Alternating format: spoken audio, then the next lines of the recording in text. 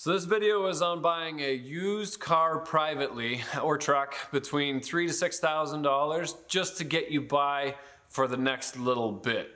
If you want it to last longer than 3-4 years, you're gonna have to spend more money, and we'll make another video on that as well. But this is what you need to know to protect yourself and to get the best deal. Here we go.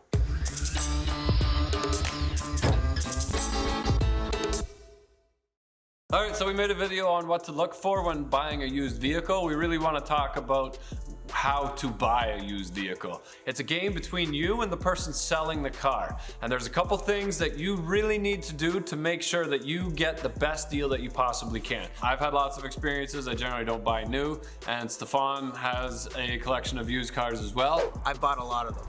Some of them have been good and some of them have been really shitty. So I'm gonna give you some of my tips. Let's say your car broke down, you're in a hurry, you need something, or you know your car is on its last legs, your truck is on its last legs, you need something more, a little bit more reliable, and you found something that you like. Now, first thing you need to do is educate yourself. What do I want? What do I need? Is it a car that just gets me by for the next little bit? More than likely. If you want it to last longer than 4 or 5 years, you're likely gonna have to spend a lot more money, and you're gonna have to think of a lot of other things. Is my family expanding? Am I gonna move? Is it in the city, country? Am I gonna use it for certain things? We'll talk about that in another video. For this, it's the mental aspect of buying a vehicle, and you need to educate yourself. So figure out, what do I want? What do I need? So a lot of manufacturers will bring out different tiers of cars, and in the used market, typically you will get that depreciation value is you're already at the bottom of it at this price range. So you can usually get cars with higher end options like leather seats or sunroof or a CD player instead of a cassette player. The pricing is already leveled out, so yeah, you can get a car with the better engine and transmission combination, power seats and all that stuff. So it's good to know the different models that are available in the car you're looking for. Okay, so you need to educate yourself on what the vehicle is worth, and the best thing to do is to go on search engines on classified sites online, whether it's Facebook Marketplace, or we have Auto Trader, Kijiji, Craigslist.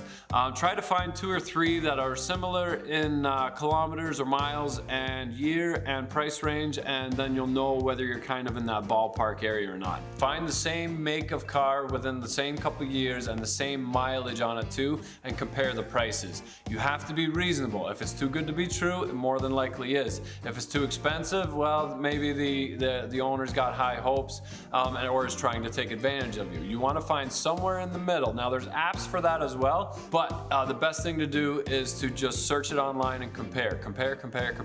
If there's not enough within a 300-400 mile radius of you, expand your search, but keep in mind that it is region specific. A car for sale in California is going to be a completely different price than a car up here in Ontario because of the climate and the way our nature kills our cars. I will typically look at the higher end of my price range, hoping that I can negotiate the price down a bit to where I want it to be. So I will look at those higher price cars. What will happen is if a guy prices it outside the market and they know that, or they just don't get the action they thought they would, they will start to get antsy and want to sell it. Sometimes you can get a better deal that way. I've bought cars way outside the range, but nobody messaged them about the car, so then I actually get a good deal on it because they were willing to come down because nobody cared. Okay, so you found the car that you want. You've compared it to other vehicles that are for sale in your area. Best thing to do is find middle of the road somewhere. If it's too good to be true, it likely is, and it will need a pile of work to get on the road legally. That's not what you want. You want something that might need a few little things to get safetied, but generally is a fair price for them and for you at the same time. If the car is real undervalued from the rest, I won't start negotiating before I've seen the car. If it's a really good deal, I will just pay them what they're asking because I'm already getting what I think is a good deal. If I don't think it's a good deal, they're just high on what they're asking, I will, before I even go and see the cars, I will ask if they're flexible. I won't say what I'm willing to pay, but just, are you flexible? If they're saying no, I don't want to budge, it's already done. I don't need to go look at it because I know they're above the market, and who wants to pay for more than what the market wants to pay? Before you go see the vehicle, I highly recommend you look at our what to look for when you're buying a used vehicle. Now that's about the vehicle yourself, but if you look educated when you arrive to the car, you'll be less likely to be taken advantage of. Something as simple as checking the tire wear on it and getting them to turn the wheel all the way and checking the tire depth kind of shows that you're educated. Even if you're not, fake it till you make it and seem confident in yourself. If you look shy, if you seem timid, if you don't know what you're actually looking at, it's a lot more likely that somebody is going to try and get the better deal out of it, and this is for you to get the better deal from them. It happens with all manufacturers. They all break down. So a great thing is check out common problems for the vehicle you're looking at. And I usually generally search for that. I don't go to a specific website, but I check forums. Forums where people are asking, okay, how to fix this or that. And usually you'll find lists of things to typically look for on that vehicle. And how easy is it for you to get to the car and look at it? If it's super far, I will try and negotiate a little bit on price, because if I'm gonna drive an hour or 2 hours away to go look at a car, I'm probably gonna buy it. I wanna be really sure. But if it's locally, the guy just put up the ad or person put up the ad, go and have a quick look at it. Then you can always negotiate from there. If it's a really good deal, you should bring your friend. Take a friend that will keep you level-headed if it's an impulse buy, to be your voice of reason, but also to protect you. If you are taking cash, which is more than likely the only way that you are going to buy a used vehicle, take a friend with you, because what's a lot of money? Losing $500 is a lot of money and will ruin your day. Losing $6,000 because you got robbed, we don't want to get into that, but you want to protect yourself, so take a friend. You want to get the best deal. You want to stretch your hard-earned dollar as far as you can get it. So if it's local, I would suggest not necessarily negotiating. You don't need to say numbers. I typically ask, are you flexible on price? That'll give me an indication if they're willing to budge, if they're not. If they're not willing to budge, you don't need to go see it. If it's a farther distance away, then I'll start talking numbers with that person, because it costs me more just to even go see it. A mental thing happens when somebody's selling a vehicle. There's a little line that they cross. And if you get out and you say, that is the exact car that I wanted. I've been looking at this car for weeks and I finally found the perfect one. Something happens in their head. To them, the car is already sold. They're thinking, okay, I can put that deposit on a new vehicle. I can go on vacation. I can buy a new jet ski because this person is buying the car. So they're not even listening to you anymore. They're already thinking of what they're gonna buy. Once you look at the car and you seem educated, then they're like, okay, this person knows what they're talking about. Then you have to find something wrong with the car. Oh, it's not the engine that I wanted. Oh, it's not the color that I wanted. Oh, it's got a chip here. It's got a cracked windshield. If you can find things that are wrong with it, the people are gonna start panicking. Oh, I'm losing the sale, I'm losing the sale. I don't wanna deal with a bunch more phone calls and emails. Now you're in the bargaining position and you can get the best deal for the car that you possibly can. Just because they ask this much doesn't mean you have to pay that much. Don't go in and lowball them by half, because that puts them in a bad mood right away. Seem excited about the car, but keep it realistic at the same time. So when it comes to negotiating the final price when you're in front of the person, it can be difficult, because you don't want to make people angry. You don't want to offend people. And if you don't want to negotiate, well, hopefully you did your research before and you already know you're getting a good deal. People are usually willing to drop a little bit.